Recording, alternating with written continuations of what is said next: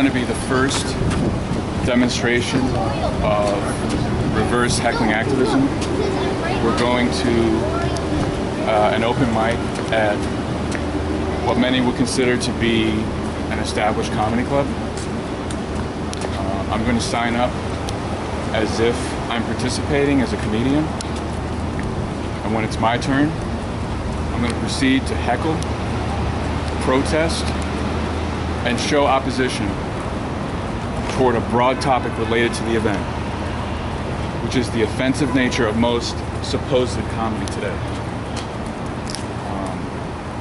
This will include chanting some powerful phrases, as well as exposing the oppressive ideas and practices that are commonly utilized in these settings.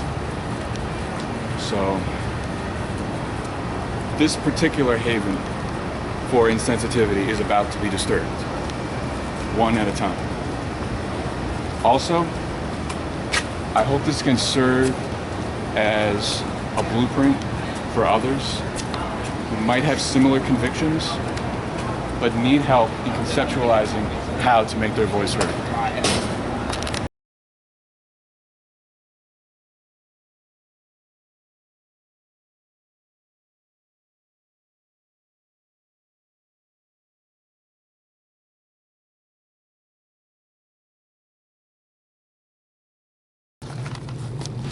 I'm gonna fuck you up. What's your name? You're not gonna say nothing to me? Yeah, you're a comic. Just play along. If you don't know the rule. Dude, it's not him. It's his fourth week. Who? Is this your fourth week? Is his fourth week? No, your fourth week. Yeah, it's my fourth week. I'm just an angry black guy. I'm the only black guy in here. So I deserve it if you're not gonna answer me. You speak English? It's probably Matt or something. It's Matt? Jim? I don't like him. All right. Cool beans. All right, where was I at? You know why I don't catcall? I'm gonna talk to you anyway. Pretend like you answer me. It's because I feel like it's karma for when I try to ask white people for directions.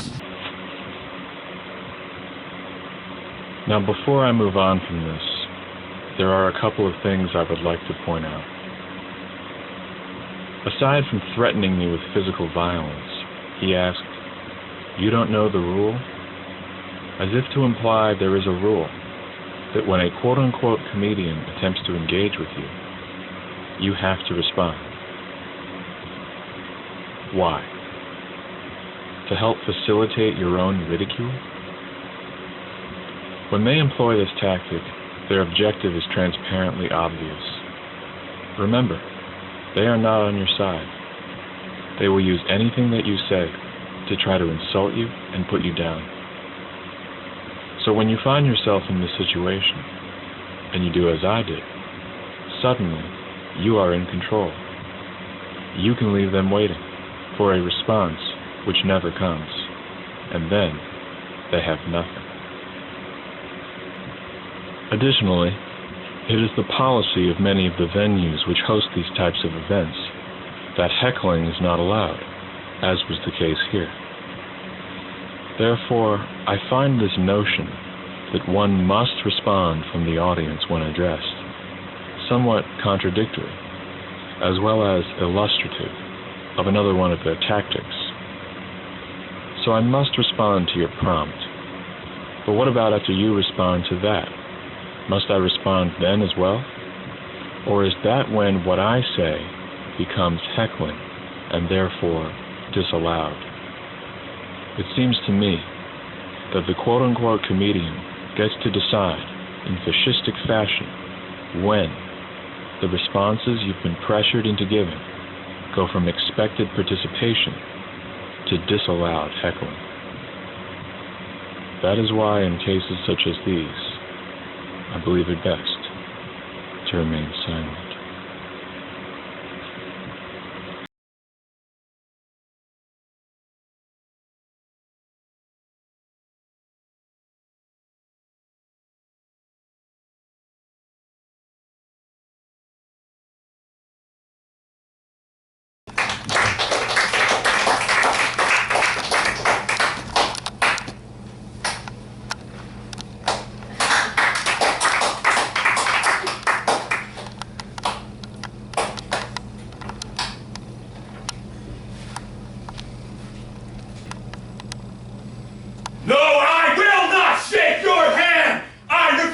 be complicit in this charade. Sorry, not funny. Sorry, not funny. Sorry, not funny. Sorry, not funny. Your hate is a reflection of yourself.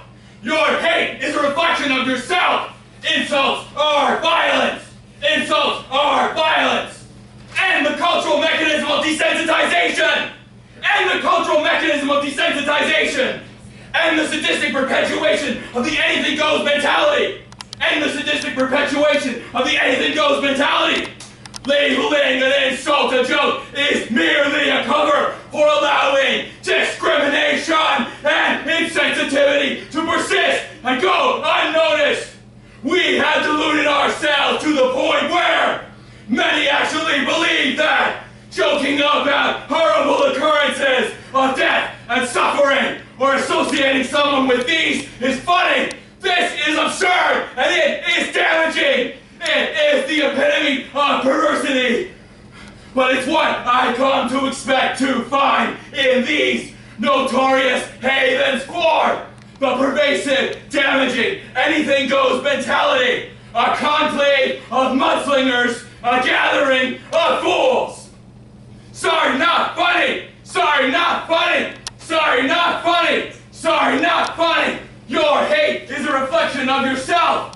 Your hate is a reflection of yourself. Insults are violence. Insults are violence. The majority of you look for approval by using words that cut. Some of you, I'm sure, even label your material as purposely offensive. A narcissistic gloating exercise arising out of your irreverent callousness. Unacceptable material has become the norm. This sickness has taken over to the point where aspiring comedians think they must do this sort of thing in order to succeed. Like the individual who insulted feminists and referred to school shooters. The individual who insulted those who speak Arabic. The individual who referred to war. If the audience members are too afraid to call out blatantly unacceptable jokes, at the very least, they cannot laugh. The moment we bail out the comedian by succumbing to conformist chuckling, we fail in our duty to uphold justice. Certain topics should be off limits from undesirable comments due to the overwhelming amount of impact they can have. When we must not allow unjust discrimination based upon arbitrary characteristic distinctions, satire can be damaging. It is not exempt from criticism. If what you say is inherently offensive, context is irrelevant. Context is irrelevant. If your only retort is that they are only jokes, I will have you know, your intention is irrelevant. Your intention is irrelevant. And to those who yearn to make a difference in combating against the cultural mechanism of desensitization in our society, I say, the time is now to influence the conversation. The time is now to cultivate greater levels of civility in our discourse. The time is now to bring about lasting change in our society. We cannot continue to deny the foundations upon which our society is built. The power must be shifted back to the proponents of peace and truth, away from the harbors of negativity, away from the harbors of negativity. To what you say, I will respond. Sorry, not funny! Sorry, not funny! Sorry, not funny! Sorry, not funny! Your hate is a reflection of yourself. Your hate is a reflection of yourself. Insults are violence. Insults are violence. I will leave now. I've made my point. As a reverse heckling activist, I choose to wait until I have the floor as showing you respect on my part, which is not required. What I ask is that you consider what you've heard, understand the effects your words can have on others. Unacceptable material must be heckled. Do not allow insensitivity to go unchallenged. End this masquerade. Hey, buddy, are you gonna kill us? Cause you're, right, is he here? Is he? Okay, I'll just say it. I'll say that anybody, I feel like he's a white guy. I feel like he's taking his anger a lot more seriously than he should, right? And I feel like, whatever. I feel like, okay, I'm gonna go check if he has a gun, but, I don't know. You wanna go up, Shay? Yeah. Okay, guys, let's do it. Fuck this guy. I'll go see if we're about to die. But clap it up now for a woman. She's funny. Clap it up now for Shay, everybody. So, what an act to follow. This is actually my first time.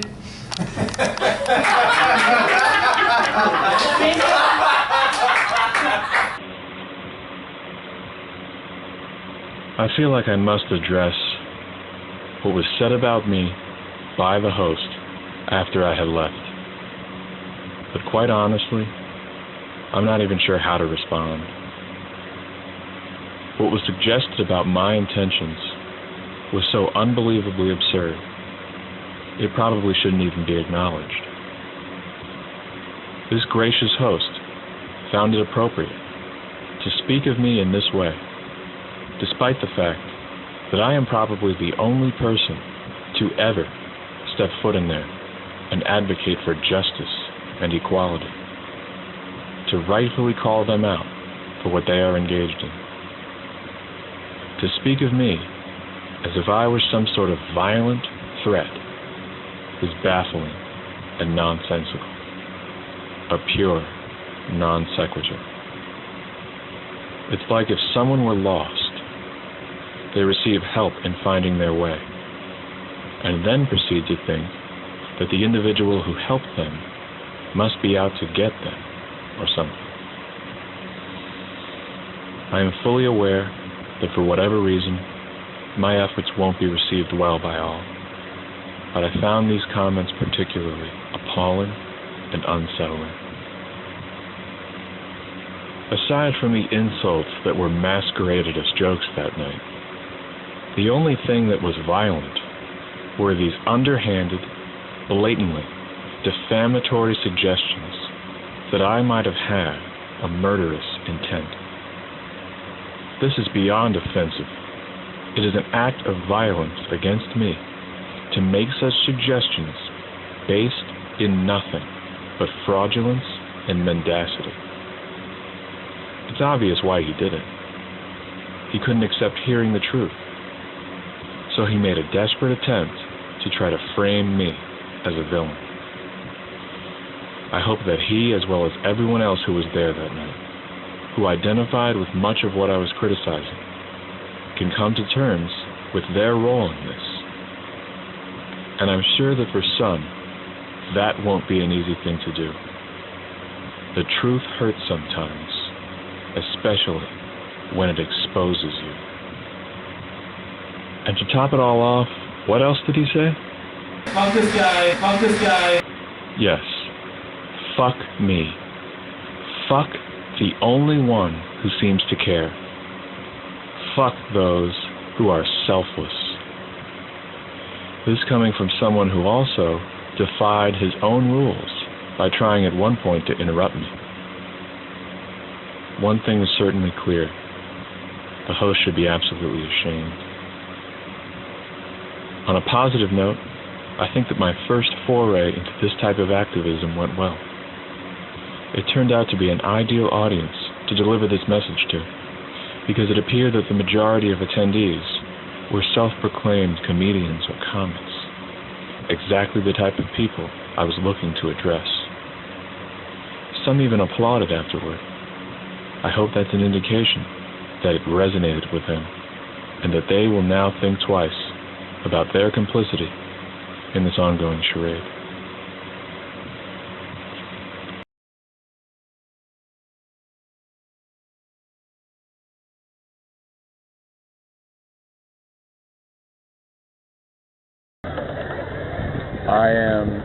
I'm happy that I was able to do that.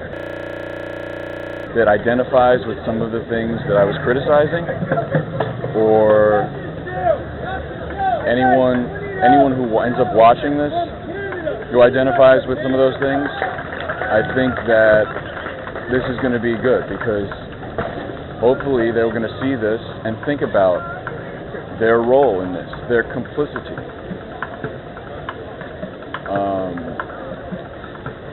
It actually kind of hurts, my voice hurts from this,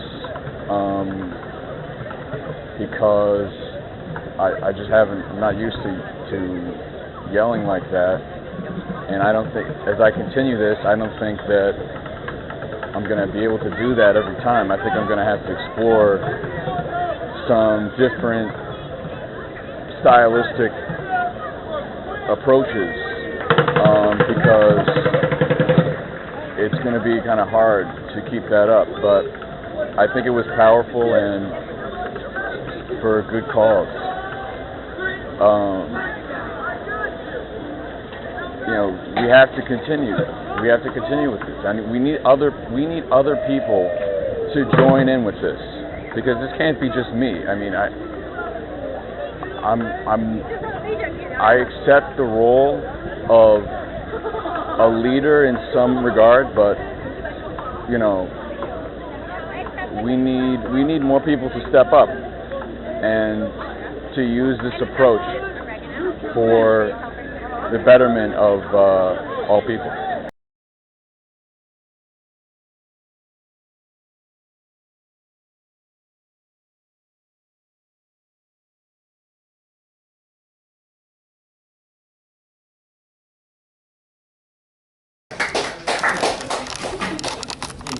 Okay, what the fuck happened before we got here? Somebody film, audience, fill me in, please, fill me in. Please, somebody fill me in. What happened? What the fuck happened? I'm struggling, please, like, crowd work. Jokes are bad. Okay, I understand that.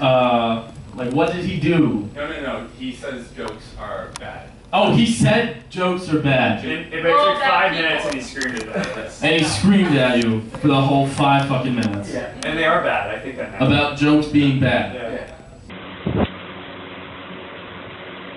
Well, there you have it. That must have been what I said. That's entirely representative of the message I was conveying, right? Are they lying, or do they actually lack basic comprehension skills? I don't know. I thought I had expressed my points quite clearly. Hence, it seems wholly unnecessary to have to further elaborate. But to those who still don't get it, I suppose I will respond. And maybe I should try to match the markedly unsophisticated, oversimplified style of summarization used by those members of the conclave, with the hope that in speaking on this level, perhaps my points won't go right over your head. Because clearly, for some of you out there, engaging in discourse on a sophisticated level does not appear to be within your capacity. Saying that I think, quote, jokes are bad, unquote, implies that I think all jokes are bad, which I never once indicated. One might call this a hasty generalization, or the construction of a straw man. His presentation was also a fine example of groupthink. I certainly did indicate that some jokes are bad, and this was not unaccompanied by compelling argumentation. These bad jokes, I would say, do not even constitute jokes. Typically, they take the form of insults, masqueraded as jocular in nature, when they are in fact hateful. I hope that clears up any confusion. But for anyone prone to such asinine misrepresentation, perhaps no explanation is sufficient.